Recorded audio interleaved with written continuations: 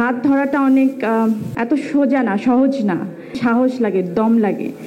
যখন মানুষ ভেঙে পড়ে তখন তাকে উঠাতে চায়। হসপিটালে বসে আমি সাইনটা করলাম আর আমাকে এতগুলো টাকা পাঠিয়ে দিল। মানুষের পাশে এভাবে থাকতে চাই যে আমি না থাকলেও তুমি আমাকে মনে করো। আমরা আসলে এখানে যারা আছি সবাই সবার আপনজন। আপনজন কখনো পর হয় না, এটা আমি বিশ্বাস করি, মনে প্রাণে বিশ্বাস করি।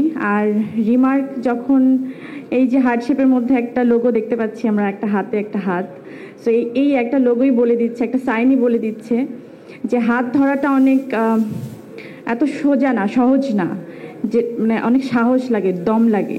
তো ব্যবসায়ী তো আসলে সবাই এইভাবে ছোট ছোট ক্ষুদ্র ক্ষুদ্র ব্যবসায়ীকে বা উদ্যোক্তা যারা আছেন তাদেরকে হাত ধরার এই যে স্বপ্নটা বা হাত ধরাটা, এটা আসলে অনেক সাহস নিয়েই রিমার্ক আপনজন শুরু করেছে।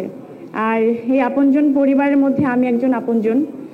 তার কারণ হচ্ছে আমি তো প্রথমে জয়েন করেছিলাম শুধু একজন শুভেচ্ছা দূত হিসেবে।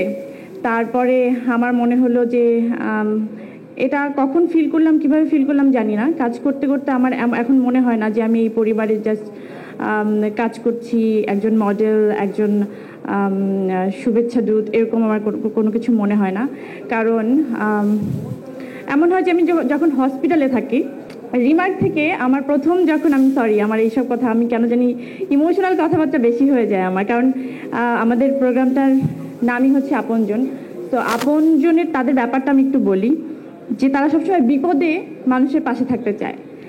সমস্ত যখন মানুষ ভেঙে পড়ে তখন তাকে উঠাতে চায় যে না, তুমি ভেঙে পড়ো না। তোমার ওই যে পূজা যেভাবে বলে গেল, এই ধরনের আসলে ইমোশন আমার সাথে একটু বেশি হয়েছে রিমার্কের সাথে। যখন আমি প্রথম হালেনের সাথে সাইনটা করি তার পরপরই আসলে আমার নানু বা আমি দুজনেই অসুস্থ হয়ে হসপিটালে।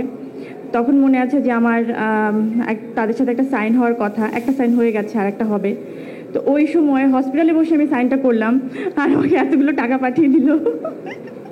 মানে যে তুমি টেনশন করো না, আমরা আপনজন, তুমি এইটা দিয়ে বিল টিল দাও। মানে এই ধরনের বিষয়টা আসলে তাদের মধ্যে যে থাকে, আমি জানি না আমাদের চেয়ারম্যান স্যাররা কি হয় যে মানুষের পাশে এভাবে থাকতে চায় যে আমি না থাকলেও তুমি আমাকে মনে করো, যে আমি তোমাকে এস্টাবলিশ করে দিয়েছি। তো এই জার্নিটা আসলে আমরা সবাই মিলে, ওই যে বললাম আপন কখনো পর হয় না, আমাদের আপনের সংখ্যাটা অনেক বেড়ে যাবে, সারা দেশ জুড়ে বেড়ে যাবে। সেই প্রত্যাশা আমি ডেফিনেটলি করতে পারি, আমার বিশ্বাস আমরা পারবো, কারণ আমরা কখনো পর হব না। রিমার্ক এই ওয়াদাটা করতে পারে।